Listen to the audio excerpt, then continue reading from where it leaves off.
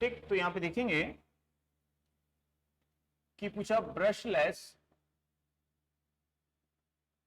Brushless DC motor का आयु काल कितना होता है। तो ब्रशलेस डीसी मोटर का जो आयु काल है वो 10,000 घंटे होता है। ठीक, तो 10,000 घंटे इसका आयु काल यहां पे होता है।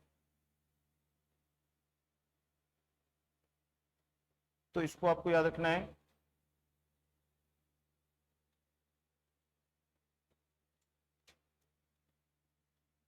तो ब्रशलेस डीसी मोटर का आयु काल कितना होता है यहां पे, तो 10,000 घंटे इसका आयु काल यहां पे होता है।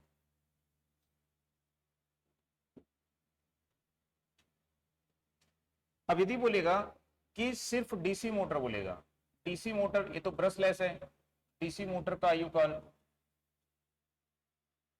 है ना, ब्रशलेस नहीं बोलेगा, ब्रशलेस का आयु काल 10,000 है। ये डीसी मोटर मतलब ब्रश वाली डीसी मोटर है, तो ये इसका आयु काल कितना होगा, तो 2,000 से 3,000 घंटे इसका आयु काल लगभग। तो ये ब्रश वाली डीसी मोटर है, ठीक है, जिसका आयु काल कितना होता है यहाँ पे 2,000 से 3 घंटे, 3,000 घंटे यहाँ पे होता है। दूसरा इसमें देखेंगे कि इन्वर्टर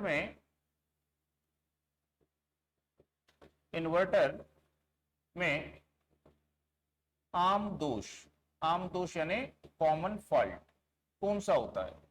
तो इन्वर्टर में आम दोष कौन सा होता है, कॉमन फॉल्ट उसमें कौन सा होता है। तो इन्वर्टर में जो कॉमन फॉल्ट है वो होता है अर्थ फॉल्ट, अर्थ दोष होता है। तो अर्थ फॉल्ट इसमें कॉमन फॉल्ट यहां पे होता है। ठीक, उसके बाद में बैटरी जो होती है, बैटरी की ओवर चार्जिंग करने पर क्या होगा। तो बैटरी की ओवर चार्जिंग यदि करोगे तो क्या होगा, तो हमने पढ़ा था गैसिंग, बैटरियों से क्या निकलने लगती हैं, गैस उत्सर्जित होने लगती हैं। ठीक है, एनोड पर हाइड्रोजन और कैथोड पर ऑक्सीजन गैस उत्सर्जित होती है, किसमें, लेड एसिड बैटरी में। ठीक, उसके बाद में क्वेश्चन है एसी मोटर के स्टार्टर का नाम। तो एसी मोटर में आप कौन कौन से स्टार्टर का यूज करते हो, तो एसी मोटर में यूज करते हो डीओएल, डीओएल यूज करते हो, इसको क्या बोलते हो, डायरेक्ट ऑन लाइन, इस स्टार्टर का यूज करते हैं। ठीक, तो इसका यूज हम कितने रेटिंग के लिए करते हैं, 5 HP। ठीक है, तो 5 HP रेटिंग तक के लिए इसको यूज करते हैं। एक हमने पढ़ा था स्टार डेल्टा, तो स्टार डेल्टा का यूज कितनी रेटिंग तक के लिए करते हैं, तो 20 HP तक के लिए कर सकते हो। और एक हमने पढ़ा था ऑटो, ऑटो स्टार्टर, तो ऑटो स्टार्टर का यूज कितने के लिए करेंगे, तो 20 HP से ज्यादा के लिए इसका यूज करते हैं। तो ये भी आपको याद रखना है यहां पे। ठीक, तो ये स्टार्टर के नाम हो गए। अब बोला कि एसी स्टार्टर का कार्य क्या है, स्टार्टर को हम काय के लिए यूज करते हैं। तो हमको पता है कि स्टार्टिंग करंट जो होती है, प्रारंभिक धारा, स्टार्टिंग करंट को सीमित करने के लिए इसका यूज करते हैं।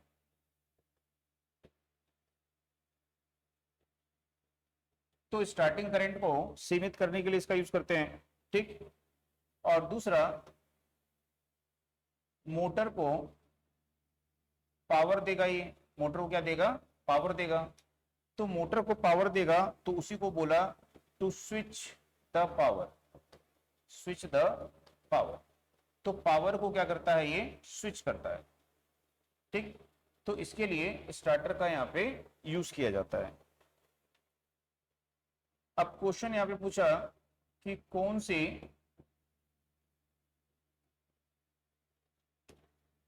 सी एसी मोटर नहीं है। तो कौन सी मोटर एसी नहीं है बताओ इसमें? पहला दिया प्रेरण, प्रेरण मोटर, दूसरा दिया तुल्यकालिक, तीसरा दिया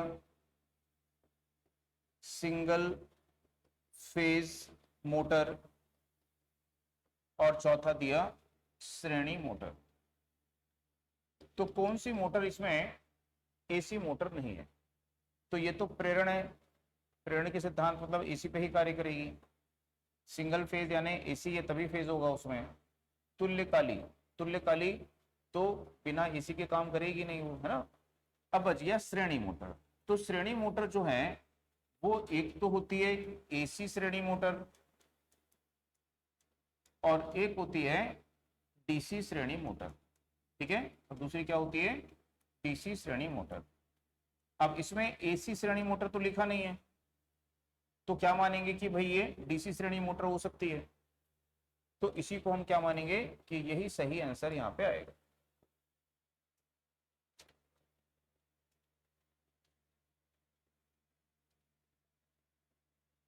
उसके बाद में बोला आप अल्टरनेटर, अल्टरनेटर को कैसे मेंटेन करोगे?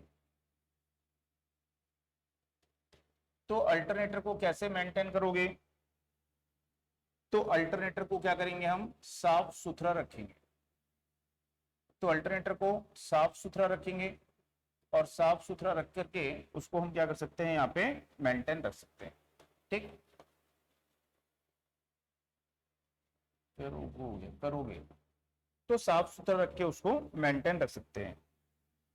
अब पूछा कि अल्टरनेटर की आम समस्या क्या है?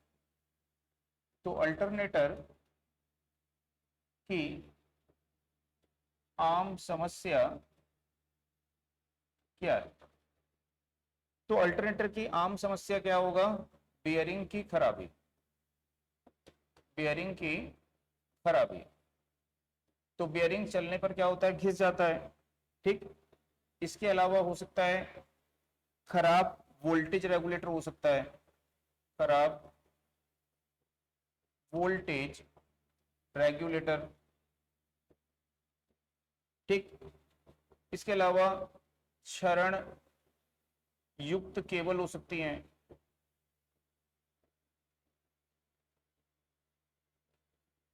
ठीक है। दोष युक्त विद्युत कनेक्शन हो सकता है।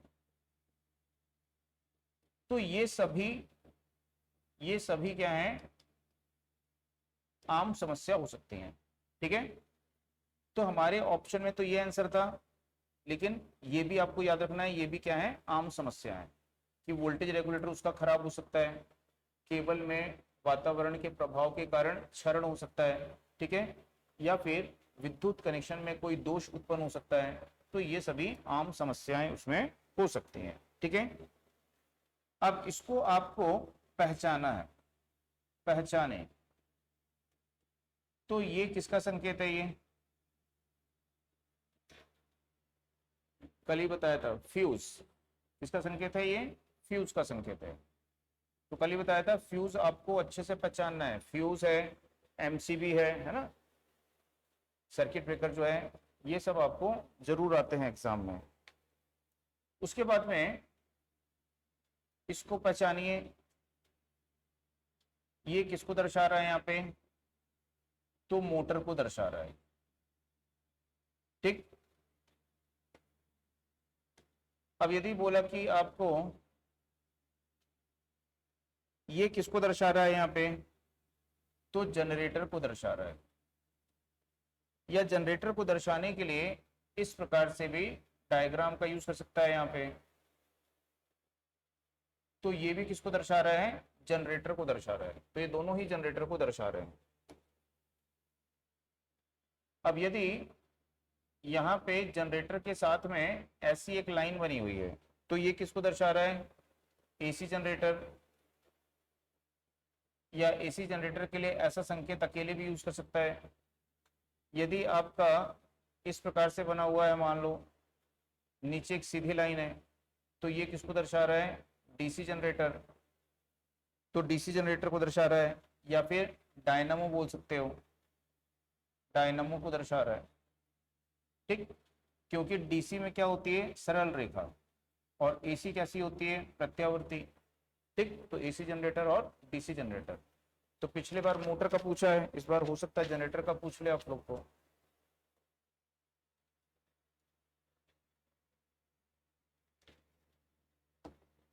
उसके बाद में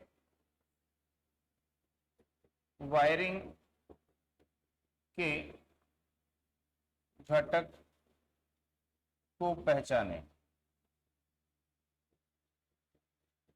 तो वायरिंग का जो ये घटक है इसको पहचानिए। तो इस प्रकार से यहाँ पे दिया हुआ है ये,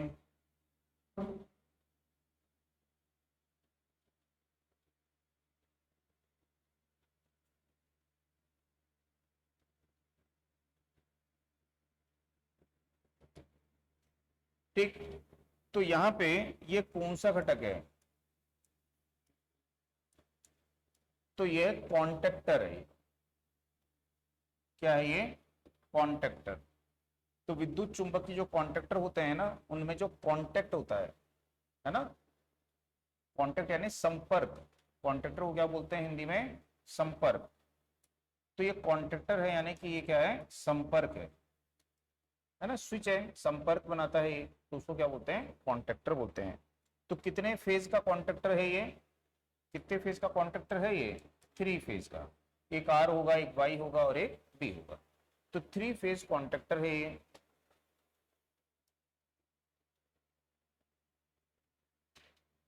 उसके बाद में DOL स्टार्टर का हार्ट क्या होता है, तो DOL स्टार्टर का हार्ट क्या होता है, रिले कॉइल। तो जो रिले कॉइल है वो DOL स्टार्टर का हार्ट होती है, हृदय होती है। तो यदि हम देखेंगे कि ये हमारी यहाँ पे एक मोटर है, ये 3 फेज मोटर है ये,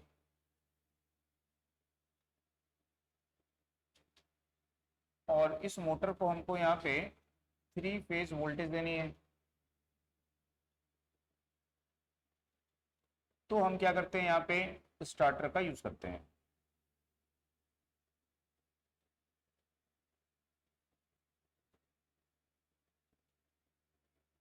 तो इस प्रकार से ये हमारा स्टार्टर है, ये उसे कॉन्टेक्टर है, ये वही कॉन्टेक्टर है जो अभी ऊपर दिख रहा था। इसके साथ में ये एक प्लंजर जुड़ा होता है यहाँ पे, ये हमारी रिले कॉइल होती है, ये रिले कॉइल, ठीक है। यही क्या है यहाँ पे इसका हृदय। तो रिले कॉइल जो है, इसके बिना जो DOL स्टार्टर है वो कार्य नहीं करेगा, ठीक। अब इसको हम क्या देते हैं, यहाँ पे सप्लाई दे रहे हैं। ये 2 सहायक कॉन्ट्रैक्टर हैं, ठीक है, ये 2 सहायक कॉन्ट्रैक्टर यहाँ पे यूज करेंगे। अब यहाँ पे ये स्विच है, ये थोड़ा नीचे बना देते हैं यहाँ पे। तो ये जो स्विच है इसमें एक होता है स्टॉप और दूसरा क्या होता है, ऑन। तो एक होता है स्टॉप और दूसरा क्या होता है, ऑन स्विच, ठीक है। तो जो स्टॉप स्विच होता है ये नॉर्मली कैसा होता है, क्लोज होता है। तो स्टॉप स्विच जो है ये NC होता है। NC का मतलब क्या होता है, नॉर्मली क्लोज होता है, ठीक है। और जो ये ऑन स्विच है, ये ऑन स्विच आपका कैसा होता है, नॉर्मली ओपन होता है। तो ऑन स्विच कैसा होता है, NO। NO का मतलब क्या होता है, नॉर्मली ओपन होता है। तो इसमें हम जो कनेक्शन करते हैं, तो जो ऑन स्विच होता है, इस ऑन स्विच को हम कैसे जोड़ते हैं, समांतर में। और जो स्टॉप स्विच होता है उसको कैसे जोड़ते हैं, यहाँ पे श्रेणी क्रम में जोड़ते हैं। तो हमको क्या करना होगा, इस कॉइल को एनर्जाइज करने के लिए सप्लाई लेनी पड़ेगी। तो वो सप्लाई कहाँ से लेंगे, ये जो 2 फेज आ रहे हैं इनमें से कोई भी 2 फेज को हम यहाँ पे यूज कर लेंगे। तो एक सप्लाई हम यहाँ से ले लेंगे, इसको यहाँ पे दे देंगे, ठीक। अब यहाँ से सप्लाई जो है यहाँ से इस स्विच से इस कॉइल को यहाँ पे कनेक्ट कर देंगे। दूसरा, यहाँ से हम एक सप्लाई ले लेंगे यहाँ पे इस प्रकार से, और यहाँ पे ये हमारी है रिले, ये रिले है, तो इस रिले से कनेक्ट करेंगे। और इस रिले से कनेक्ट करने के बाद में जो स्टॉप स्विच है, इस स्टॉप स्विच से कनेक्ट कर देंगे। और इस तरह से हम यहाँ पे क्या करेंगे, इस कनेक्शन को यहाँ पे करेंगे और इसके साथ में पैरेलल कनेक्शन करेंगे। ये पैरेलल कनेक्शन यहाँ पे रहेगा ये। तो इस प्रकार से ये कनेक्शन होता है। तो ये क्या है, एनसी है। एनसी यानी क्या है, नॉर्मली क्लोज है, ये इसके साथ अटैच होती है। इसको बोलते हैं ओवरलोड ट्रिप कॉन्टैक्ट। ठीक है, ओवरलोड ट्रिप कॉन्टैक्ट। ये कौन सी रिले है, ओवरलोड रिले। ये आपके क्या है, कॉन्टेक्टर है। ये कॉन्टेक्टर वही है और ये क्या है आपकी रिले। ये क्या है, सहायक कॉन्टैक्ट, सहायक कॉन्टैक्ट। ठीक, तो इस प्रकार से इसकी संरचना हम यहाँ पे कर देते हैं। तो ये DOL स्टार्टर यहाँ पे है। तो DOL स्टार्टर में इसका जो हृदय है वो क्या होती है, यहाँ पे रिले होती है। दूसरा आपको क्या याद रखना है कि जो DL स्टार्टर में कितने कॉन्टेक्टर होते हैं, तो 3 फेज कॉन्टेक्टर एक होता है और एक क्या होता है, सहायक कॉन्टेक्टर होता है। दूसरा यदि बोलेगा, एक स्टॉप बटन होता है और दूसरा क्या होता है, ऑन। स्टॉप बटन कैसा होता है, नॉर्मली क्लोज, और ऑन बटन कैसा होता है, नॉर्मली ओपन होता है। सबसे महत्वपूर्ण आपको याद रखना है कि किस बटन को कैसे जोड़ा जाता है। तो आपको याद रखना है कि स्टॉप बटन को कैसे जोड़ते हैं, श्रेणी, और ऑन बटन को कैसे जोड़ते हैं यहाँ पे, पैरेलल, पैरेलल यानी समांतर। तो ये सबसे महत्वपूर्ण आपको याद रखना है। यदि बोला DOL स्टार्टर में हमको रिमोट स्विच लगाना है। रिमोट स्विच का मतलब क्या होता है, तो रिमोट स्विच का मतलब होता है हमको कहीं पे दूर बैठकर इसको ऑपरेट करना है। ठीक है, तो दूर बैठकर ऑपरेट करना है तो हम यहां से क्या करेंगे, इसके पैरेलल से स्विच निकाल लेंगे, कनेक्शन ले लेंगे। एक ऑन स्विच यहां लगा देंगे। जैसे आपकी बहुमंजिला इमारत है और अलग अलग फ्लोर से आपको इसको कंट्रोल करना है, तो उसके लिए रिमोट स्विच, ये क्या कहलाएगा, इसका रिमोट स्विच कहलाएगा।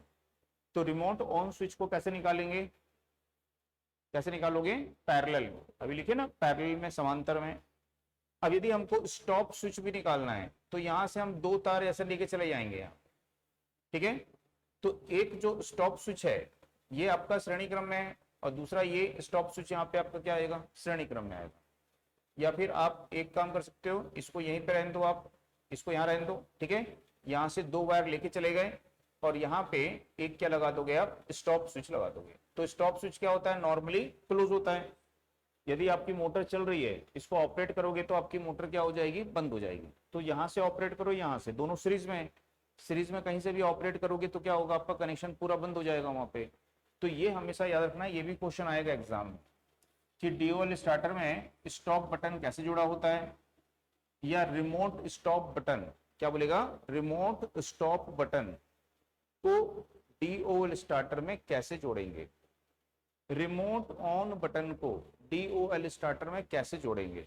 ठीक है, तो ये आपको याद रखना है। तो समझ में आया। तो यहाँ पे सबसे पहले हम क्या करते हैं, इसको ऑन करते हैं। तो जैसे ही इसको आप ऑन करोगे तो ये क्या होगा, आपस में जुड़ जाएगा। तो जैसे ये जुड़ेगा तो यहाँ से हम देखेंगे आपका परिपथ पूरा हो जाता है ना। ये परिपथ क्या होता है, यहाँ पे पूरा हो जाता है ऐसे। और परिपथ आपका पूरा होता है तो इस कॉइल से क्या प्रवाहित होती है, धारा। तो जैसे इससे धारा प्रवाहित होगी तो क्या होगी, चुंबक बनाएगी, इसको नीचे खींचेगा, नीचे खींचेगा तो ये दोनों को क्या कर देगा, यहाँ पे ये शॉर्ट कर देगा। ठीक, तो शॉर्ट करेगा और इसको भी शॉर्ट कर देगा यहाँ पे। तो हमारी मोटर क्या हो जाएगी, यहाँ पे ऑन हो जाएगी। जब भी हमको बंद करना है इसको क्या करेंगे, यहाँ पे ऑपरेट कर देंगे तो ये ओपन हो जाएगा। ये ओपन हो जाएगा तो इसका परिपथ क्या होगा, विच्छेद हो जाएगा यहाँ पे। तो ये कॉइल क्या होगी, विचुंबकित हो जाएगी और कॉन्टेक्टर को छोड़ देगी। तो स्टार्टर क्या होगा, वहां पे बंद हो जाएगा। ठीक, ओवरलोड यदि होती है तो ओवरलोड की स्थिति में ये जो है जैसे अपन बोले थर्मल ओवरलोड रिले प्रत्यय, तो ये थर्मल ओवरलोड रिले होती है कि जब भी ओवरलोड होगा तो ये बैंड हो जाती है स्ट्रिप और ये रिले क्या होती है, यहाँ पे ऑपरेट हो जाती है और सप्लाई को क्या कर देती है, वो डिस्कनेक्ट कर देती है।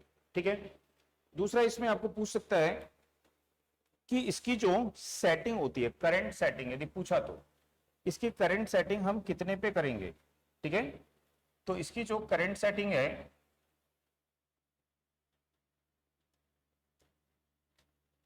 किसकी, रिले की करंट सेटिंग हम करेंगे 120%। तो फुल लोड धारा, तो फुल लोड धारा का 120% पे करेंगे। और इसमें जो फ्यूज लगाएंगे, फ्यूज की रेटिंग यदि बोलेगा कितने एम्पियर का फ्यूज लगाओगे, तो यहां पे जो फुल लोड धारा है, फुल लोड धारा का 175%, यदि फुल लोड धारा आपकी 10 एम्पियर है तो आप 17.5 एम्पियर का फ्यूज वहां पे लगाओगे, ठीक है। तो इस तरह से इसकी रेटिंग यहां पे रखें, नोट कर लिए। इसके बाद में आपको पूछ सकता है यहां पे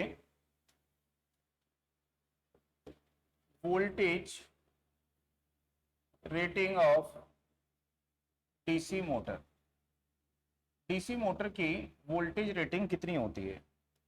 तो डीसी मोटर जो सामान्यतः यूज की जाती है वो 1.5 वोल्ट से 200 वोल्ट, सॉरी 100 वोल्ट तक के रेटिंग की यूज की जाती हैं। कितने वोल्ट रेटिंग तक यूज करते हैं, 100 वोल्ट रेटिंग तक के लिए यूज करते हैं, ठीक है। ये डीसी मोटर की रेटिंग है। यदि बोलेगा डीसी जनरेटर की रेटिंग क्या होती है, तो फैक्ट्रियों में डीसी जनरेटर की वोल्टेज रेटिंग, तो फैक्ट्रियों में जो सामान्यतः प्रयोग किए जाते हैं डीसी जनरेटर, उनकी वोल्टेज रेटिंग 230 वोल्ट से 500 वोल्ट तक, ठीक है। तो 230 वोल्ट से 500 वोल्ट तक इसकी रेटिंग यहां पे होगी। इसके बाद में ये क्वेश्चन बहुत बार आता है ना, इसमें भी आता है, एलपी में भी आता है, बहुत से एग्जाम में आता है कि जो एक लैंप यहाँ पे है कि सीपी का मतलब क्या होता है, कैंडल पावर, है ना। कैंडल पावर यानी मोमबत्ती की शक्ति कितनी है, 120 है। और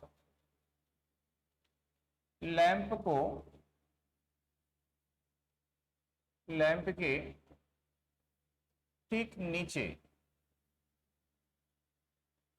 प्रदीपन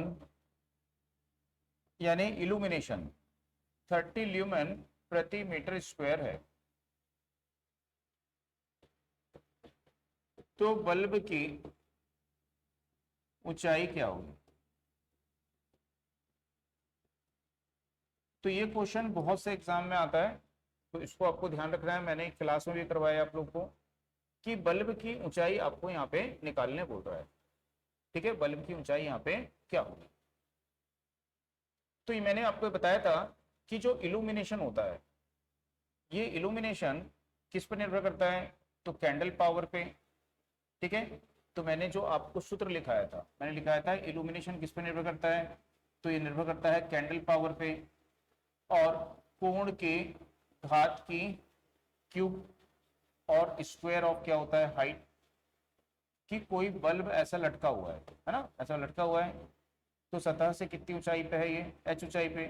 तो इसके कारण किसी भी बिंदु पर, सतह के किसी भी बिंदु पर जो इल्यूमिनेशन होगा, प्रदीप्ति होगी, उसका मान कितना होगा। तो इन दोनों के बीच का जो कोण है, इस कोण के cos क्यूब थीटा पे और ऊंचाई के वर्ग पे निर्भर करता है, और इस बल्ब की कैंडल पावर पे यानी कि ज्योति तीव्रता पे निर्भर करता है, ठीक। तो यहाँ पे बोल रहा है ठीक नीचे है, तो जब ठीक नीचे होता है तो थीटा का मान क्या हो जाता है यहाँ पे 0, और cos 0 का मान क्या हो जाता है 1। तो इसलिए इसको हम फिर नहीं लेते, 1 हो जाता है उसका मान, ठीक है। तो हम क्या लिखेंगे, सीपी बटा एच स्क्वायर। तो सीपी की वैल्यू कितनी है 120, ठीक है। हाइट आपको निकालनी है यहाँ पे, और ये आपको दिया हुआ है कितना, 30 दिया हुआ है। तो एच स्क्वायर बराबर क्या हो जाएगा 120 बटा 30। तो भाग दोगे तो कितना आ जाएगा 4, तो एच का मान कितना आएगा 2 मीटर। तो कितनी ऊंचाई होगी इसकी, 2 मीटर होगी।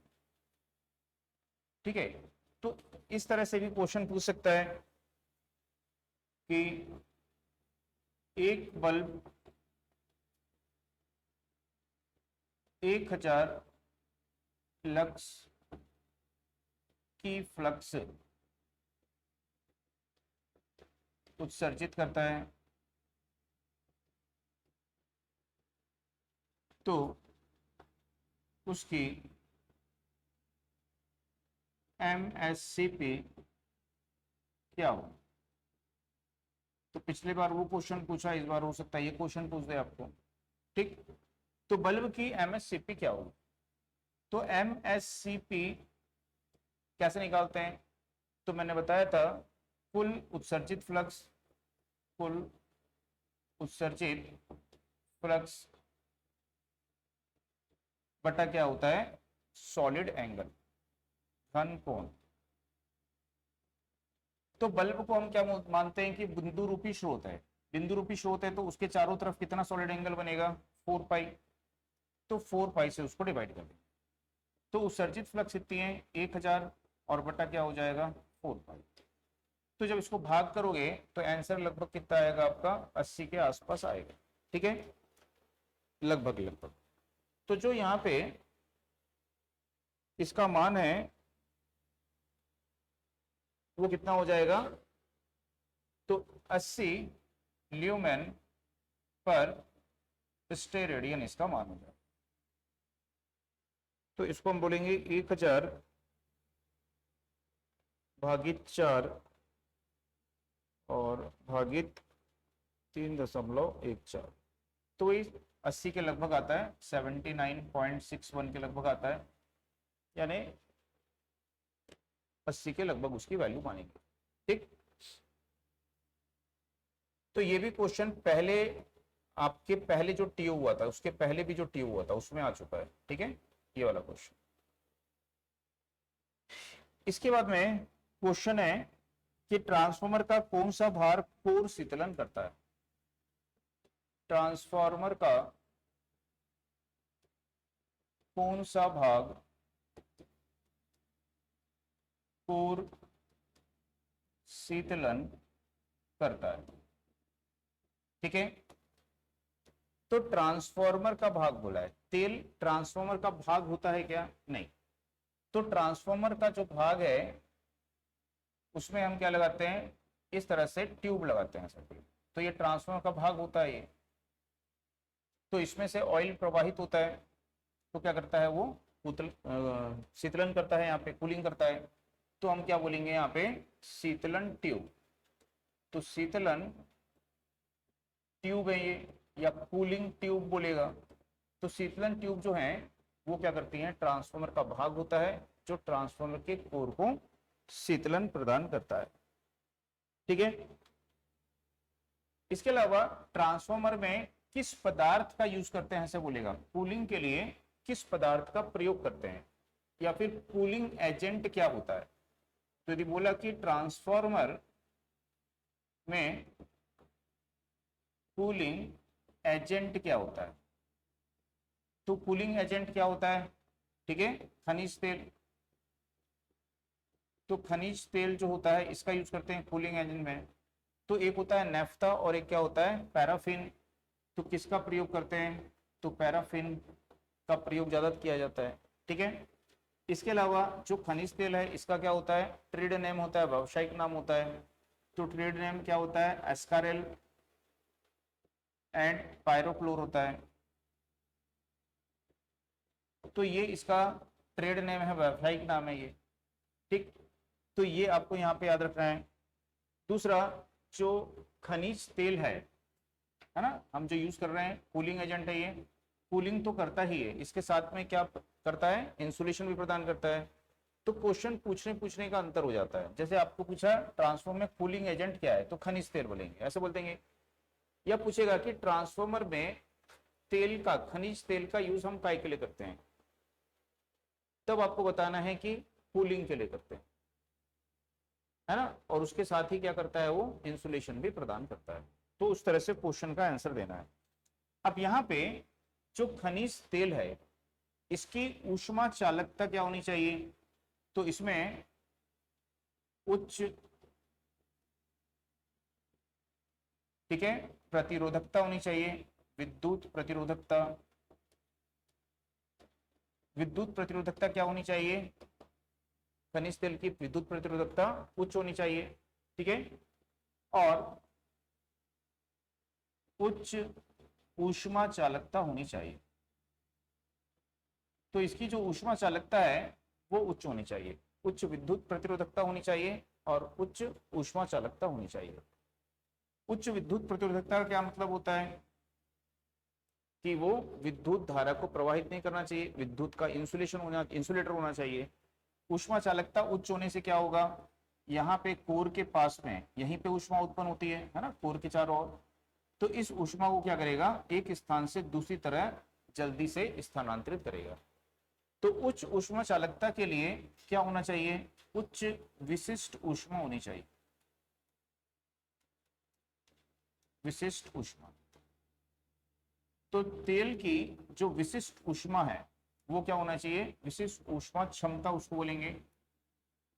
तो तेल की जो विशिष्ट ऊष्मा क्षमता है वो क्या होनी चाहिए, ज्यादा होनी चाहिए। तो विशिष्ट ऊष्मा क्षमता ज्यादा होने से उसकी ऊष्मीय चालकता क्या होती है, वहां पे बढ़ जाती है।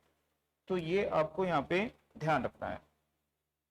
और बाकी तो मैंने आपको यहाँ पे बताया था कि इसका पराविद्युत सामर्थ्य क्या होनी चाहिए, डाइलेक्ट्रिक स्ट्रेंथ, पराविद्युत सामर्थ्य कितनी होनी चाहिए, तो 30 केवी प्रति सेंटीमीटर होनी चाहिए, कम से कम न्यूनतम। इससे ज्यादा हो सकती है, इससे कम नहीं होनी चाहिए। तो ये क्या है, परावैद्युत सामर्थ्य है, डाइलेक्ट्रिक स्ट्रेंथ है। मैंने आपको बताया था इसका जो फ्लैश पॉइंट है, फ्लैश पॉइंट, ठीक है, वो कितना होता है, 135 डिग्री सेल्सियस होता है। इसकी जो श्यानता मैंने आपको बताई थी, श्यानता यानी विस्कोसिटी क्या होनी चाहिए, निम्न होनी चाहिए। बहने में क्या होगा, ये आसान होगा।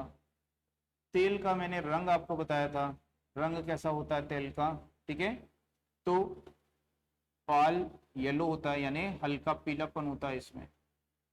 तो इस तरह से मैंने कई पॉइंट्स आपको लिखवाए थे ऑयल के बारे में, तेल के बारे में, तो वो तो आपको याद रखना है ना। और साथ ही ये याद रखना है कि इसकी विद्युत प्रतिरोधकता उच्च होनी चाहिए, यानी विद्युत का कुचालक होना चाहिए और ऊष्मा का चालक होना चाहिए। तो विद्युत का कुचालक और ऊष्मा का क्या होना चाहिए, चालक होना चाहिए, ठीक। इसके बाद में जो सर्किट है, सर्किट यानी कि परिपथ कितने प्रकार के होते हैं, कितने प्रकार के होते हैं। तो जैसे हम पढ़ते हैं परिपथ कितने प्रकार के होते हैं, तो एक होता है श्रेणी परिपथ, एक होता है समांतर परिपथ, एक होता है मिश्रित, श्रेणी समांतर दोनों होगा, ठीक। एक होता है स्टार, एक होता है डेल्टा। तो इतने प्रकार के आप परिपथ पढ़ते हो। तो परिपथ कितने प्रकार के हो जाते हैं यहाँ पे, ये 5 प्रकार के परिपथ यहाँ पे हो जाएंगे। श्रेणी होगा, समांतर होगा, ठीक है, मिश्रित होगा, स्टार होगा, डेल्टा होगा। तो कितने प्रकार के परिपथ हो जाएंगे, 5 प्रकार के परिपथ यहाँ पे हो जाएंगे। अल्टरनेटर का कौन सा प्रकार है, अल्टरनेटर के प्रकार भी पूछेगा, अल्टरनेटर के प्रकार। तो अल्टरनेटर के प्रकार में एक हो जाएगा आपका ब्रशलेस, ब्रशलेस अल्टरनेटर यानी ब्रश विहीन अल्टरनेटर, ठीक।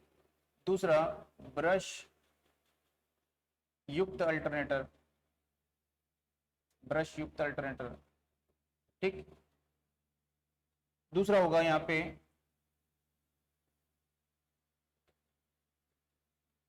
ठीक है आर्मेचर घूर्णी अल्टरनेटर, जिसमें आर्मेचर घूमता है। दूसरा ध्रुव यानी पोल घूर्णी, जिसमें पोल घूमते हैं, एक में आर्मेचर घूमता है और एक में कौन घूमता है, पोल। इसके अलावा बोल सकते हैं फेज के आधार पे 2 फेज होता है, 3 फेज होता है अल्टरनेटर, सिंगल फेज होता है अल्टरनेटर, ठीक। इसके अलावा पोल के आधार पे सैलिएंट पोल होता है, स्मूथ सिलेंड्रिकल होता है,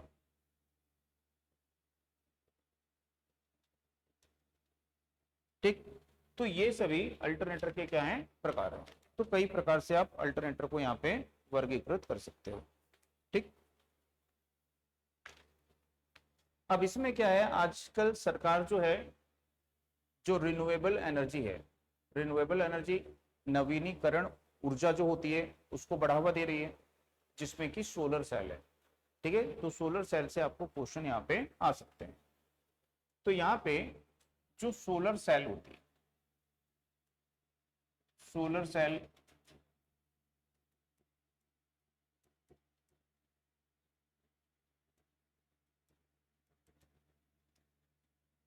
तो ये हम कैसे बनाते हैं, तो इसको बनाने के लिए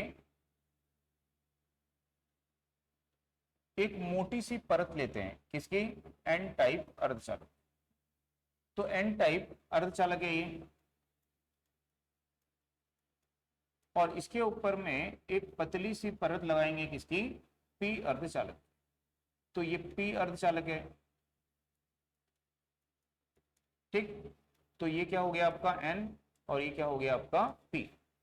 एन में बहुसंख्यक क्या होते हैं, बहुसंख्यक एन में क्या होते हैं, इलेक्ट्रॉन, और पी में बहुसंख्यक क्या होते हैं, होल।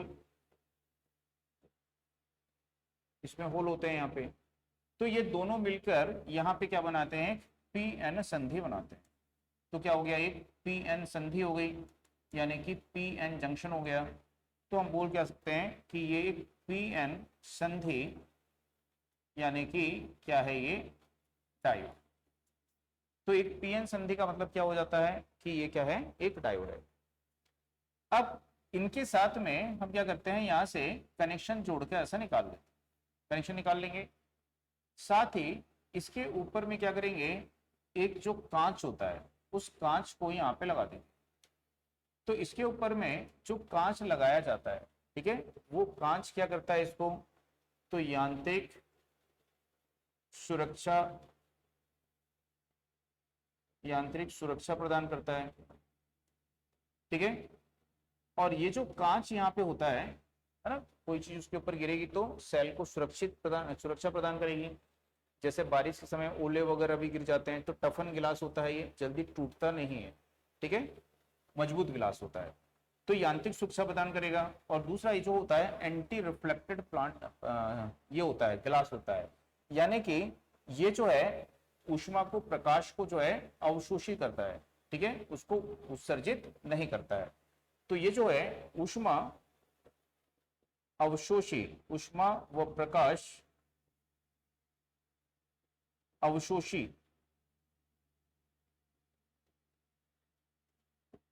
कांच होता है। तो इसके ऊपर में कांच की क्या लगाते हैं, परत यहां पे लगाते हैं। तो कांच की परत इसके ऊपर लगाई जाती है।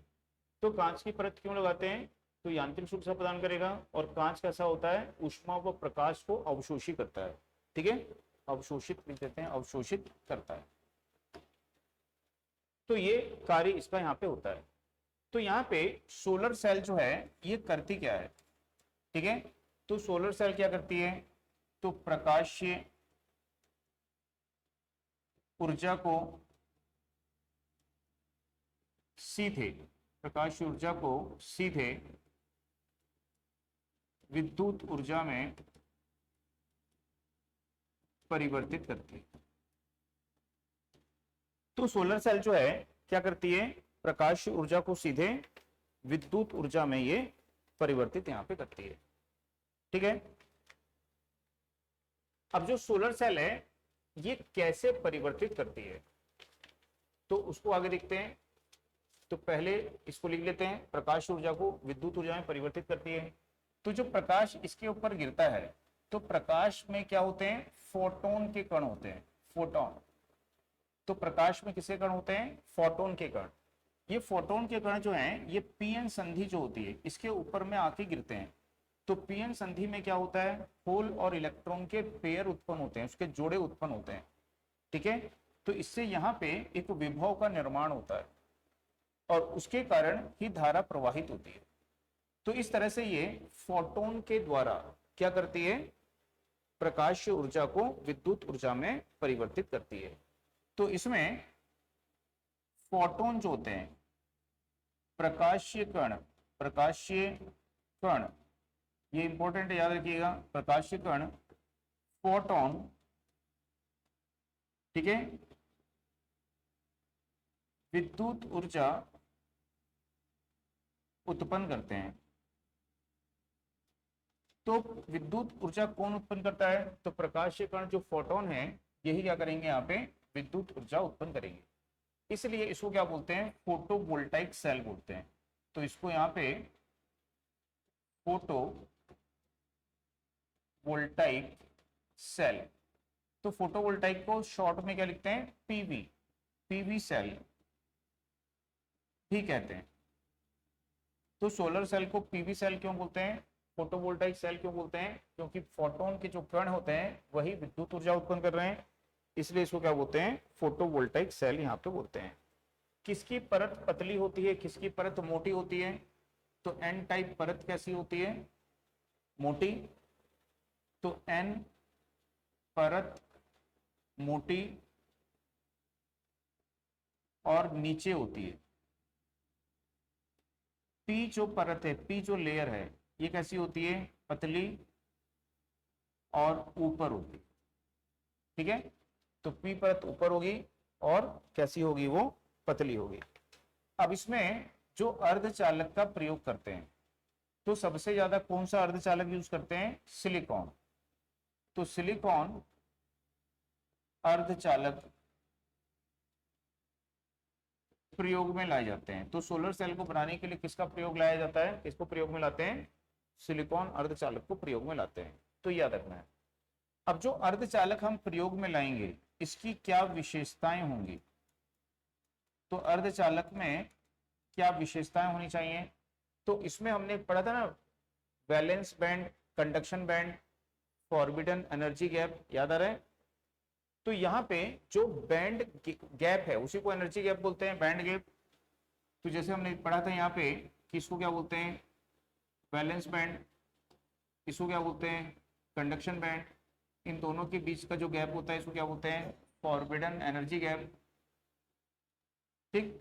तो ये जो एनर्जी बैंड गैप है इसका मान अधिक से अधिक होना चाहिए। तो इसका मान जो है वो 1 इलेक्ट्रॉन वोल्ट से लेकर के 1.8 इलेक्ट्रॉन वोल्ट तक होना चाहिए, ठीक है। तो क्या विशेषताएं इसमें होनी चाहिए, तो उच्च ऊर्जा, ठीक है, एनर्जी बैंड गैप, ऊर्जा अंतराल। तो उच्च ऊर्जा अंतराल इसमें होना चाहिए जो कि 1 इलेक्ट्रॉन वोल्ट से 1.8 इलेक्ट्रॉन वोल्ट होना चाहिए। तो जो सिलिकॉन वगैरह यूज करते हैं, ठीक है, इनमें भी क्या होना चाहिए, उच्च ऊर्जा अंतराल यहाँ पे होना चाहिए। दूसरा, प्रकाश का अवशोषक होना चाहिए। तो अर्धचालक क्या करना चाहिए, प्रकाश को अवशोषित करना चाहिए और उसकी चालकता कैसी होनी चाहिए, उच्च होनी चाहिए। तो ये विशेषताएं होनी चाहिए अर्धचालक पदार्थ, ठीक है। तो याद रखना है सोलर सेल क्या है, तो एक पी एन संधि डायोड है। तो सोलर सेल क्या है, एक पी एन संधि डायोड है ना, एक पी एन संधि इसमें होती है, तो उसको भी याद रखिएगा, ठीक है।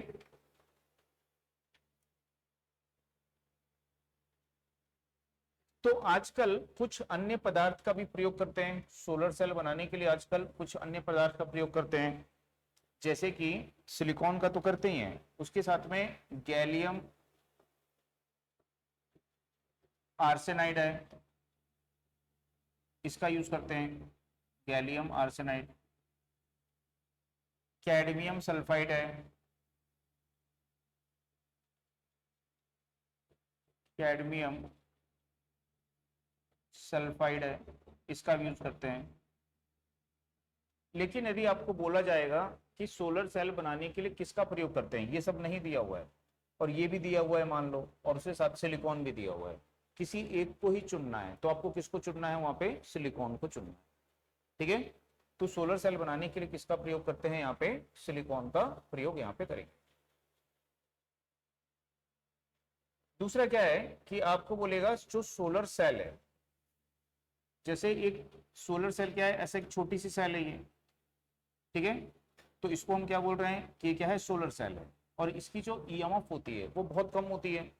तो सोलर सेल की जो ईएमएफ होती है, इसको भी ले लेते हैं, सोलर सेल की जो ईएमएफ होती है वो कितनी होती है, तो वो 0.5 वोल्ट से 1 वोल्ट तक हो सकती है।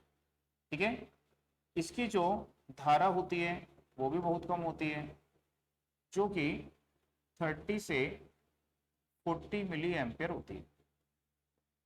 इसकी जो उम्र है, ठीक है, इसका जो आयु काल है,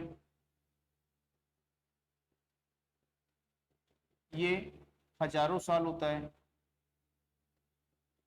ठीक है, जल्दी ये खराब नहीं होती है। इसकी जो दक्षता होती है, ये 10% से 15% होती है, सोलर सेल की दक्षता। तो इसकी दक्षता 10 से 15% है, दक्षता इसकी काफी कम होती है। ठीक, अब इसमें क्या होता है कि जो एक सोलर सेल है, इसकी वोल्टेज बहुत कम है, तो ये हमारी सोलर सेल है ये। अब जो सोलर सेल का जो समूह है, इसका जो समूह होगा सोलर सेल का, ठीक है, तो उसको हम क्या बोलेंगे, मॉड्यूल। मॉड्यूल इसको बोलोगे। तो मॉड्यूल कैसा दिखाई देगा आपको, इस प्रकार से ये,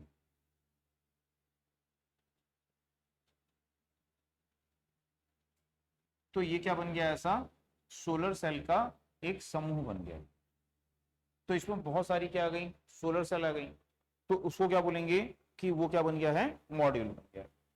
और कई मॉड्यूल को मिला करके हम क्या बनाते हैं, पैनल बनाते हैं। तो इन मॉड्यूल का जो समूह है वो क्या कहलाता है, यहाँ पे पैनल कहलाता है। ठीक, और पैनल को ही हम क्या बोलते हैं, एरी बोलते हैं, या इसको क्या बोलते हैं, एरी। तो ये भी क्वेश्चन पिछले बार आ चुका है कि मॉड्यूल क्या होता है, तो सोलर सेल का क्या होता है, वो समूह होता है। पैनल क्या होता है, तो मॉड्यूल का समूह क्या हो जाएगा, पैनल, या फिर उसको क्या बोलेंगे, एरी। तो जैसे कहीं देखे होगे आप लोग, यात्रा करते होगे बस वगैरह में, तो उसमें देखे होगे कि सोलर सेल के जो ये मॉड्यूल होते हैं, ये एक के बाद एक क्रमबद्ध लाइन से इस प्रकार से लगे हुए होते हैं। ऐसे बहुत सारे पैनल ऐसे यहाँ पे लगे हुए होते हैं, ऐसे लाइन से क्रमबद्ध।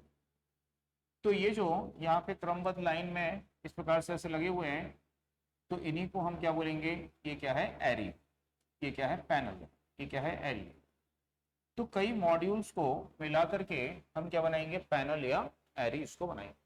ठीक, तो इसमें ये सभी एक दूसरे से क्या होते हैं, आपस में जुड़े हुए होते हैं।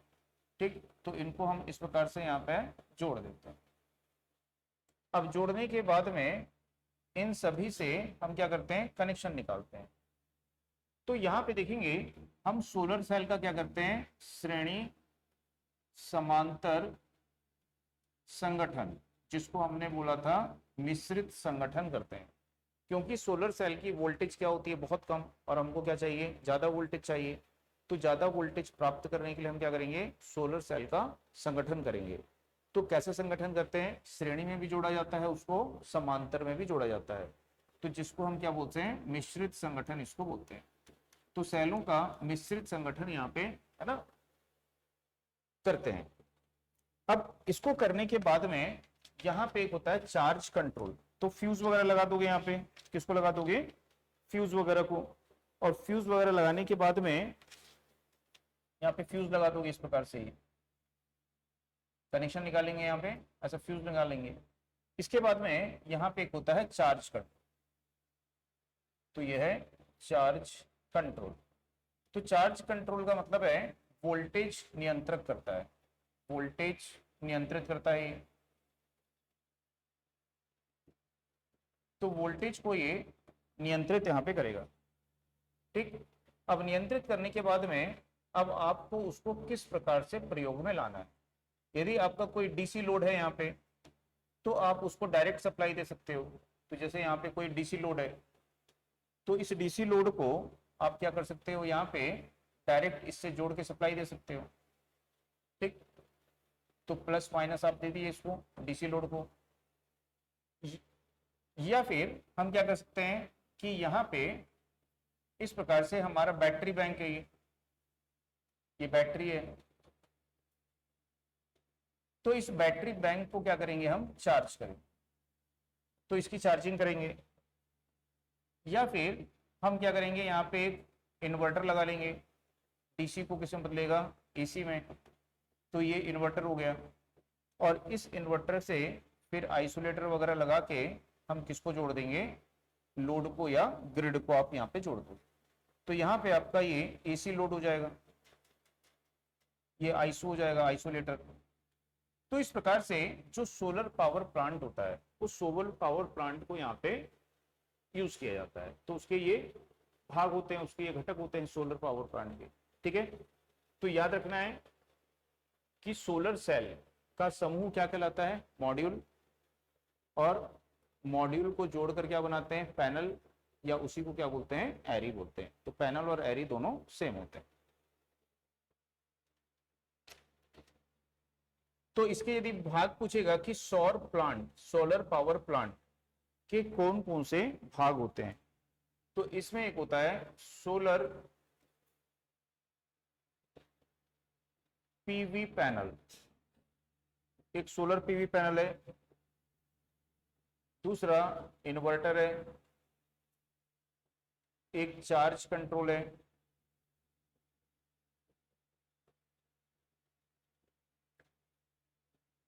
एक यहां पे है एसीडीबी। एसीडीबी का मतलब क्या होता है, एसी डिस्ट्रीब्यूशन बॉक्स। ठीक है, एसी डिस्ट्रीब्यूशन बॉक्स, तो ये यहाँ पे एसी डिस्ट्रीब्यूशन बॉक्स होगा। एंड डीसी डिस्ट्रीब्यूशन बॉक्स, यहाँ पे डीसी डिस्ट्रीब्यूशन बॉक्स होगा। ठीक, और बैटरी, तो बैटरी का समूह। तो ये इसके यहाँ पे सोलर पावर प्लांट के भाग यहाँ पे होते हैं। ठीक,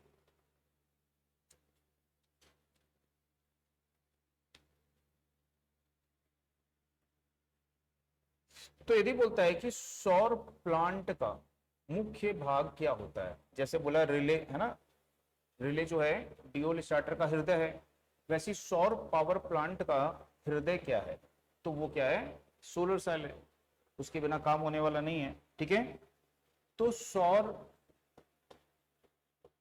पैनल का महत्वपूर्ण भाग क्या होता है, तो सिलिकॉन की पीवी सेल, यानी क्या होता है, फोटोवोल्टाइक सेल। तो सिलिकॉन की फोटोवोल्टाइक सेल, ये इसका मुख्य भाग है। ठीक, दूसरा सेल का संगठन, तो सेल का संगठन क्या कहलाता है यहाँ पे, तो इसको हम अभी बोले मॉड्यूल बोलते हैं। तो सेल को श्रेणी और समांतर दोनों में आप जोड़ते हो, और मॉड्यूल का संगठन, मॉड्यूल को जब आप जोड़ते हो तो उसको क्या बोलते हो, पैनल, पैनल या एरी उसको बोलते हो। ठीक, अब जो सौर पैनल है, पिछले बार इसमें सौर पैनल के प्रकार बोला था, सौर पैनल के प्रकार, तो सौर पैनल के प्रकार आपको पूछ सकता है इस बार भी। ठीक, तो इसमें एक होता है क्रिस्टलीन, तो क्रिस्टलीन पैनल होता है। अब क्रिस्टलीन पैनल में सिंगल क्रिस्टलीन होता है, सिंगल क्रिस्टलीन होता है, और मल्टी क्रिस्टलीन होता है। नीचे लिख देते हैं इसको, मल्टी क्रिस्टलिन होता है। ठीक, तो सौर पैनल में एक प्रकार है उसका क्रिस्टलिन, हिंदी में भी लिख सकते हो इसको क्रिस्टलिन। तो क्रिस्टलिन जो है सिंगल क्रिस्टलिन और क्या होता है, मल्टी क्रिस्टलिन होता है। तो सिंगल का मतलब क्या होता है, मोनो। सिंगल का मतलब क्या होता है, मोनो। तो इसको हम मोनो क्रिस्टलिन भी बोल सकते हैं। तो सिंगल को हम क्या बोल सकते हैं, मोनो क्रिस्टलिन। ये कैसा होता है, उच्च कीमत। ठीक है, तो इसकी कीमत क्या होती है, उच्च होती है, ये बहुत महंगा होता है। दूसरा, मल्टी को बोला जाता है पॉलीक्रिस्टलिन। मल्टी को क्या बोल सकते हैं, पॉलीक्रिस्टलिन। एक से अधिक होता है तो पॉली भी बोल सकते हैं। तो ये जो होता है इसकी विशेषता क्या है, निम्न दक्षता, कि इसकी दक्षता क्या होती है, कम। तो इसकी दक्षता क्या होती है, 12 से 15% होती है। ठीक, तो क्रिस्टलिन पैनल एक होगा, और क्रिस्टलिन पैनल में सिंगल क्रिस्टलिन को मोनो क्रिस्टलिन बोलेंगे, सिंगल यानी एक होता है, मोनो को मतलब भी एक होता है। मल्टी क्रिस्टलिन को पॉलीक्रिस्टलिन बोलेंगे। उच्च कीमत होती है इसकी, और इसकी निम्न दक्षता यहाँ पे होती है। उसके बाद में यहाँ पे देखेंगे एक होता है अमॉर्फस।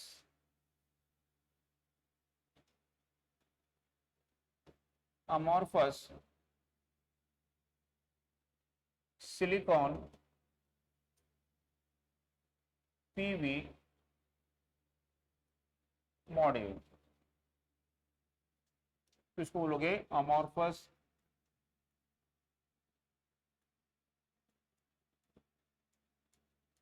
सिलिकॉन, ठीक है, पीवी मॉड्यूल इसको बोलोगे। तो ये जो है सबसे पतला कैसा होता है, सबसे पतला मॉड्यूल होता है। तो इसको बोलते हैं यहाँ पे कि यह थिन, थिन यानी पतला फिल्म मॉड्यूल है। तो ये जो है थिन फिल्म मॉड्यूल है, पतला है, वह सस्ता है। तो पतला भी होता है, सस्ता भी होता है, लेकिन इसकी दक्षता कैसी होती है, निम्न दक्षता होती है। तो इसकी दक्षता 6 से लेकर 10% होती है। ठीक, तो देखेंगे क्रिस्टलिन से भी कम दक्षता किसकी होती है, अमॉर्फस सिलिकॉन मॉड्यूल की होती है। ठीक, तो दो प्रकार के मॉड्यूल हो गए, क्रिस्टलिन और हो गया अमॉर्फस। तीसरा होता है उसको बोलते हैं हाइब्रिड, है ना। इसके अतिरिक्त और भी मॉड्यूल होते हैं, लेकिन सबसे ज्यादा यूज इन्हीं का किया जा रहा है ना। तो इन्हीं के नाम आपको याद रखने हैं। और एक होता है हाइब्रिड मॉड्यूल।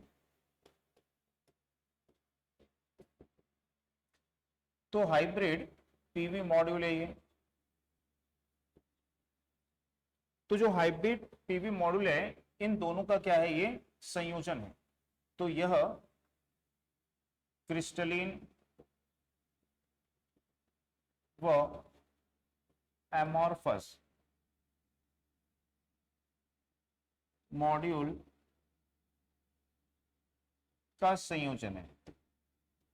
संयोजन है यानी उनका कॉम्बिनेशन है। तो उनको कंबाइन करके इसको यहाँ पे बनाया गया है। तो इसकी जो दक्षता है वो कैसी होती है, उच्च दक्षता। उच्च दक्षता है इसकी, 20% इसकी दक्षता होती है यहाँ पे। ठीक है, ठीक है। दूसरा, निम्न प्रकाश पर भी इसकी दक्षता कैसी होती है, उच्च होती है। तो निम्न प्रकाश पर भी उच्च दक्षता होती है। यदि प्रकाश कम है तो भी क्या होगी, उच्च दक्षता इसकी यहां पे रहेगी। ठीक, तो ये तीन प्रकार के मॉड्यूल आपको याद रखने हैं, क्रिस्टलिन, एमॉर्फस और हाइब्रिड। सबसे ज्यादा दक्षता किसकी होती है, हाइब्रिड की। उसके बाद किसकी होती है, क्रिस्टलिन की। और सबसे कम किसकी होती है, अमॉर्फस। ठीक, तो एक सीक्वेंस में याद रख सकते हो। और क्रिस्टलिन में दो होते हैं, मोनो क्रिस्टलिन और दूसरा क्या होता है, पॉली या मल्टी क्रिस्टलिन उसको बोलेंगे। ठीक, इसके बाद में जो ये सौर पावर प्लांट होता है, इस सौर पावर प्लांट को इसका जो ग्रिड के साथ में कैसे कनेक्शन करेंगे, तो उसके आधार पर, है ना, या इंस्टॉलेशन के आधार पर इसको दो प्रकार से वर्गीकृत किया गया है। तो इंस्टॉलेशन को बोलते हैं संस्थापन, यानी इंस्टॉलेशन के आधार पर सौर प्लांट दो प्रकार के होते हैं। तो एक होता है ग्रिड कनेक्टेड, उसको बोलते हैं, एक होता है ग्रिड कनेक्टेड। तो ग्रिड कनेक्टेड जो है वो सीधा किससे जुड़ा होता है, ग्रिड से जुड़ा होता है। तो इसमें जो बैटरी वगैरह है उसका यूज नहीं करते हैं। तो सोलर पावर प्लांट जो पावर उत्पन्न कर रहा है वो पावर सीधे किसको चले जाती है, ग्रिड को चले जाती है। ठीक है, तो इसमें बैटरी बैंक का प्रयोग नहीं किया जाता है। तो यदि पूछेगा कि किस पावर प्लांट में बैटरी बैंक का यूज नहीं करते हैं, तो वो कौन सा पावर प्लांट होता है, ग्रिड पावर प्लांट होता है। ठीक है, तो इसमें बैटरी चार्जिंग नहीं करते हैं। तो इसमें जो है बैटरी चार्जिंग नहीं करते हैं, उत्पन्न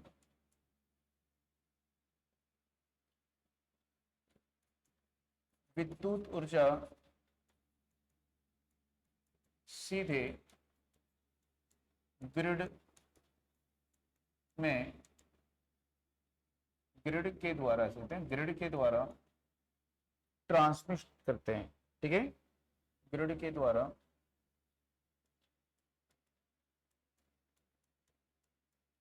ट्रांसमिट करते हैं। तो उत्पन्न ऊर्जा को सीधा ग्रिड के द्वारा क्या करोगे, ट्रांसमिट करोगे। दूसरे होते हैं स्टैंड अलोन। स्टैंड अलोन यानी अकेले लगे हुए हैं। तो स्टैंड अलोन जो होते हैं ये ऊर्जा बैटरी में संचित करते हैं।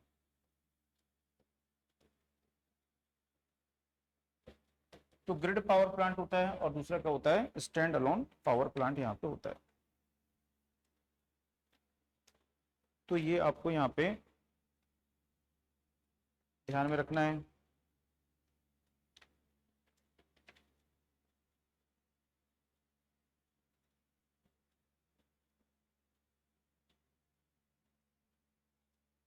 ठीक, अब ये जो सौर पावर प्लांट है इससे कोई प्रदूषण होगा क्या, सौर पावर प्लांट से कोई प्रदूषण होता है क्या, तो इससे कोई प्रदूषण नहीं होगा। ठीक है, इसकी उम्र कैसी होती है, इसकी आयु कैसी होती है, लंबी होती है ना, सोलर सेल जल्दी खराब नहीं होती है, तो इसकी आयु क्या होगी, लंबी होगी।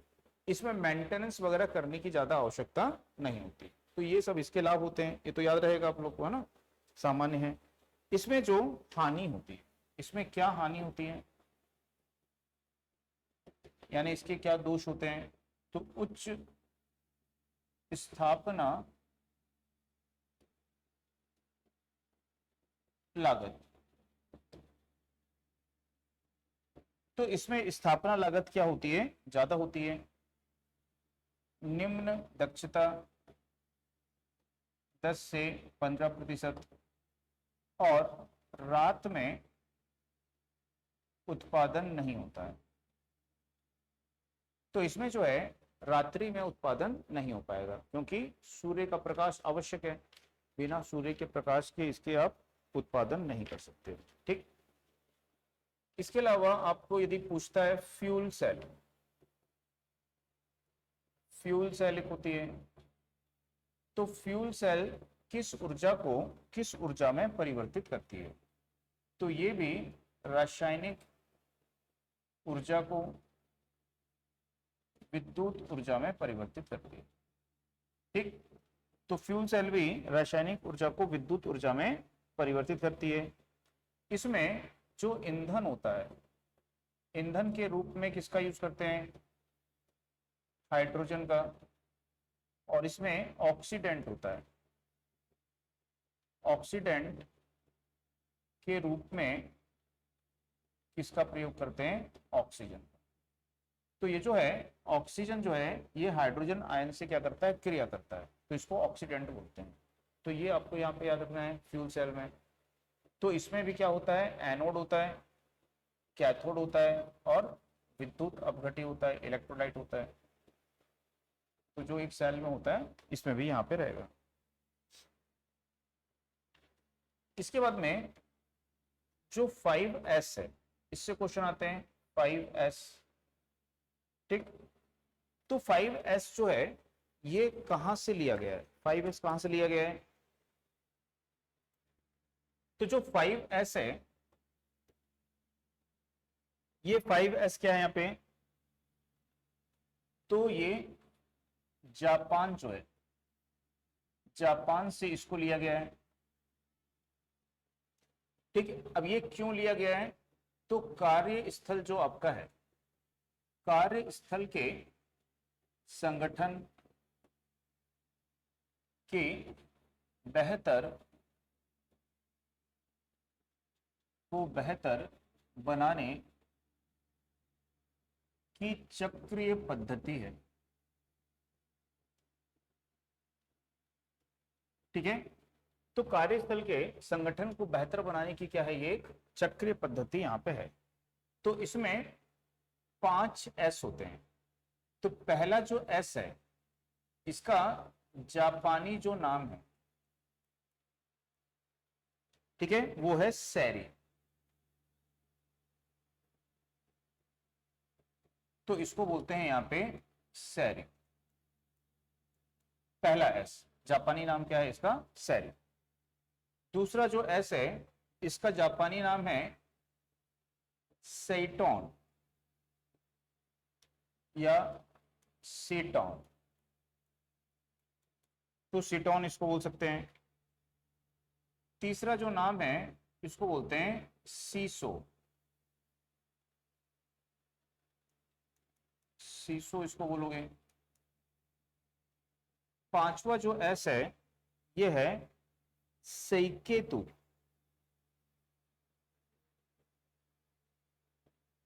सेइकेतु।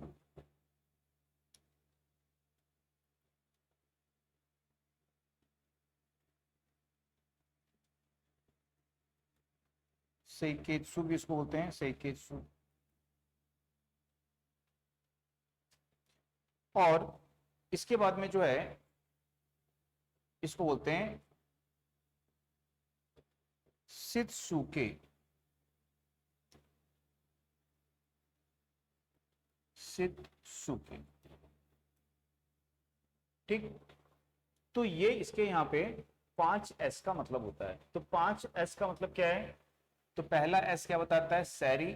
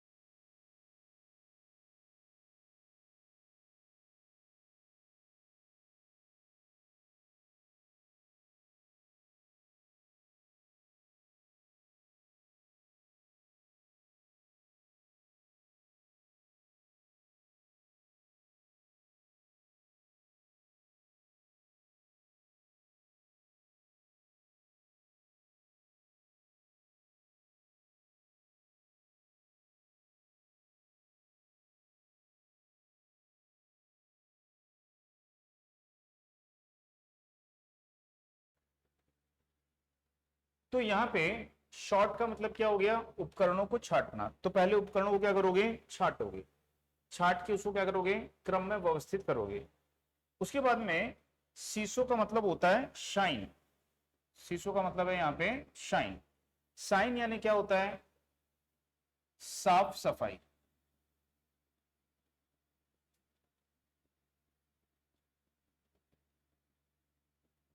तो जिस स्थल पे आप काम कर रहे हो तो उस स्थल को क्या रखोगे आप? साफ सुथरा रखोगे। तो साफ सुथरा या शाइन, या इसको क्या बोल सकता है? क्लीन, है ना। लेकिन एस के हिसाब से देखेंगे तो हम साइन बोल रहे हैं। या बोल सकता है कि 5S में क्लीन जो है वो किसके लिए यूज किया जाता है? तो क्लीन जो है वो किसके लिए यूज करेंगे हम? शीशों के लिए यूज करेंगे, है ना। ऐसे घुमाने के लिए पूछ सकता है। इसके बाद में इसका मतलब होता है स्टैंडर्डाइजेशन।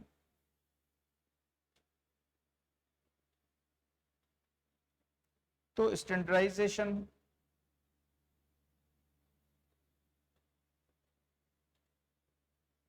या स्टैंडर्डाइज, तो स्टैंडर्डाइज को क्या बोलते हैं हिंदी में? मानकीकरण। तो ये मानकीकरण को दर्शाता है यहाँ पे कौन? शिकेत्सु। और यहाँ पे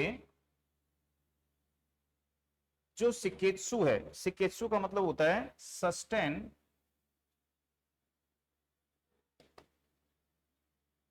सस्टेन, यानी जो चक्र आपका है इस चक्र को आपको क्या करना है? सस्टेन रखना है। ठीक है। तो सस्टेन का मतलब क्या है? आपको उसको यथावत रखना है, यथावत रखना है। ठीक है।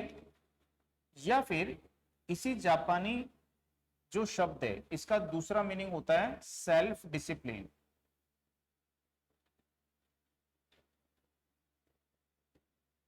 ठीक। तो दूसरा मतलब क्या होता है इसका? Self discipline.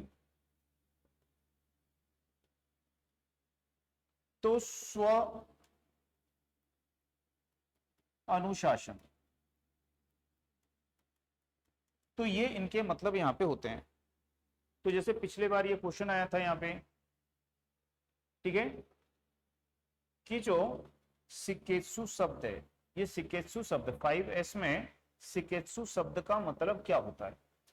ठीक है। अब उसमें से ये 5 नहीं दिए थे और उसमें क्या दिया था? सेल्फ डिसिप्लिन दिया था। ठीक है।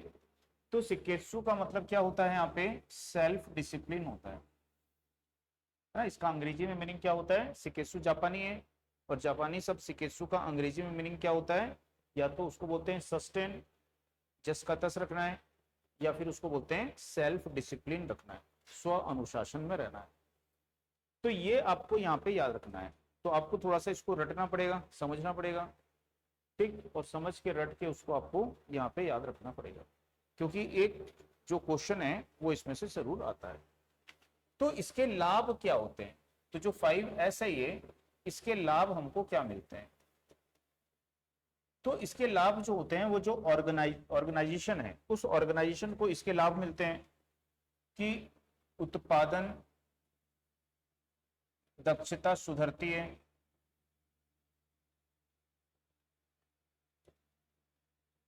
तो उत्पादन की दक्षता क्या होगी? सुधरेगी वहां पे। अपशिष्ट में कमी आएगी। अपशिष्ट यानी कि जो कचरा वगैरह है, अपशिष्ट में वेस्ट जो होता है उसमें कमी आएगी। आपकी लागत में बचत होगी, पैसा बचेगा आपका। उन्नत सुरक्षा उपाय होंगे, यानी कि जो कार्यकर्मी जो वहां पे कर्मचारी हैं उन कर्मचारियों की सुरक्षा रहेगी, उनको चोट नहीं लगेगी, दुर्घटना का जोखिम नहीं रहेगा। तो उन्नत सुरक्षा उपाय होंगे, यानी सुरक्षा उपाय आपके बेहतर हो जाएंगे पहले से। तो ये सब इसके लाभ यहाँ पे होते हैं 5S के। तो इसलिए इसका यूज यहाँ पे किया जाता है। ठीक। तो ये दो एकदम इंपॉर्टेंट याद रखना। सोलर पैनल से क्वेश्चन आएगा ही आएगा। आपको ऐसे भी पूछ सकता है ग्रिड स्टेशन किसको बोलते हैं, ग्रिड प्लांट किसको बोलते हैं? तो जो डायरेक्ट उत्पादन ऊर्जा को ट्रांसमिट करता है। या फिर बोल सकता है स्टैंड अलोन प्लांट किसको बोलते हैं? तो स्टैंड अलोन प्लांट का मतलब क्या होता है? जो बैटरी में ऊर्जा को संचित करता है। तो ये आपको ध्यान में रखना है। तो इसके बाद में यहाँ पे देखते हैं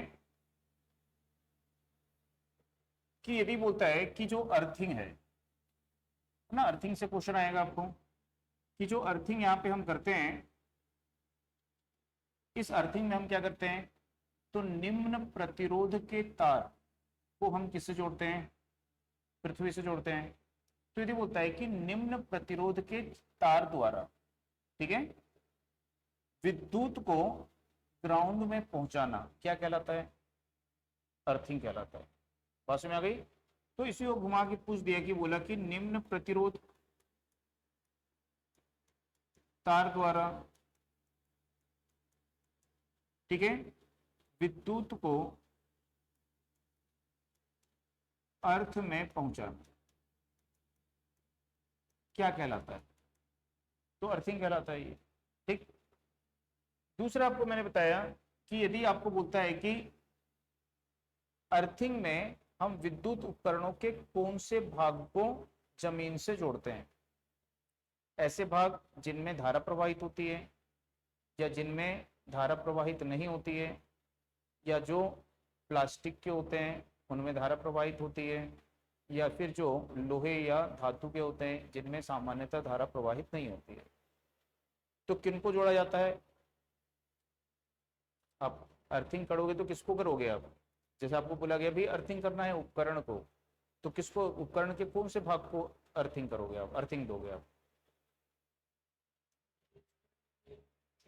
विद्युत उपकरण के कौन से भाग को आप अर्थिंग दोगे। आपको बोला जाएगा भाई कूलर को अर्थिंग दो, तो किस कूलर में कहां पे अर्थिंग दोगे, बॉडी को दोगे ना। तो बॉडी को अर्थिंग क्यों दे रहे हैं, क्योंकि उसमें सामान्यतः धारा प्रवाहित नहीं होती है। कैसा भाग है वो, धातु का भाग है, मेटल का भाग है। तो विद्युत उपकरणों के ऐसे भाग जिनमें सामान्य अवस्था में धारा प्रवाहित नहीं होती है, दोष की अवस्था में, फॉल्ट की अवस्था में धारा प्रवाहित होती है, ठीक है। तो अर्थिंग हम किसको करते हैं, तो विद्युत उपकरणों के धातु के भाग होने चाहिए, मेटल के भाग होने चाहिए, जिनमें सामान्य अवस्था में धारा प्रवाहित नहीं होती है, दोष की अवस्था में यानी कि असामान्य अवस्था में धारा प्रवाहित होती है। तो उन भाग को पृथ्वी से जोड़ना क्या कहलाता है, अर्थिंग कहलाता है, ठीक है। तो उनको अर्थिंग कहता है। ये भी क्वेश्चन आता है एग्जाम, और आपको इसी तरह के क्वेश्चन आएंगे, बहुत बड़े बड़े क्वेश्चन नहीं आएंगे, है ना, आईटीआई लेवल के क्वेश्चन आएंगे जो कि सुरक्षा से, उपकरणों की मरम्मत से, इन सबसे संबंधित होंगे। ठीक। तो जैसे यहां पे देखिए एक क्वेश्चन है कि स्टार्टर जो होता है कि खराबी का मुख्य कारण, ठीक है।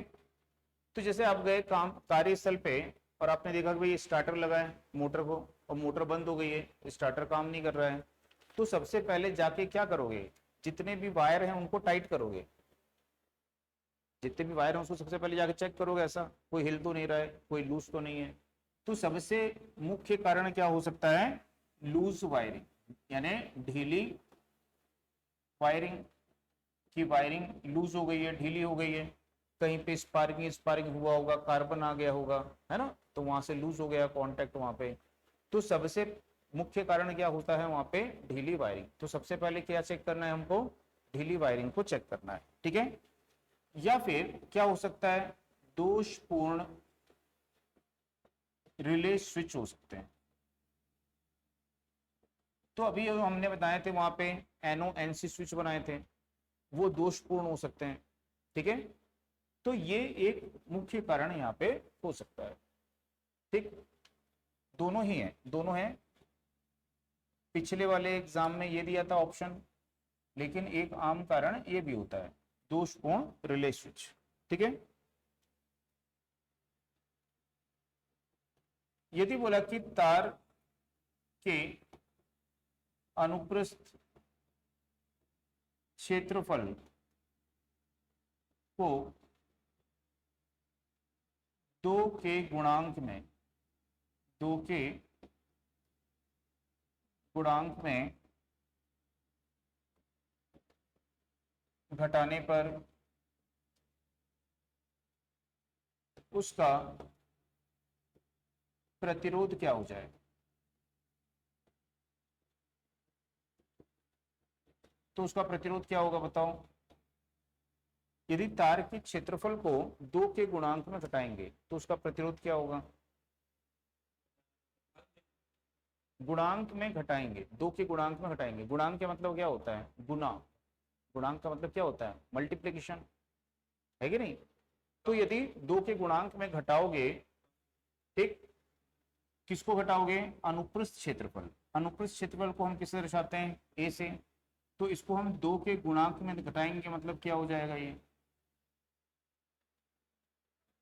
है कि नहीं। यदि बोलता है 2 के गुणांक में बढ़ाएंगे तो 2a होता। यदि बोल रहा है 2 के गुणांक में घटाएंगे तो क्या होगा, a/2 हो जाएगा। समझ में आ गया। तो इसका जो प्रतिरोध होता है वो क्या होता है, रो L/A। तो प्रतिरोध जो है क्षेत्रफल के साथ क्या होता है, व्युत्क्रमानुपाती प्रमाणुपाती होता है। यदि इसको हम 2 के गुणांक में घटा देंगे तो प्रतिरोध क्या हो जाएगा, उसका दुगुना हो जाएगा। ठीक है, तो प्रतिरोध जो है वो दुगुना यहाँ पे हो जाएगा। आई बात समझ में।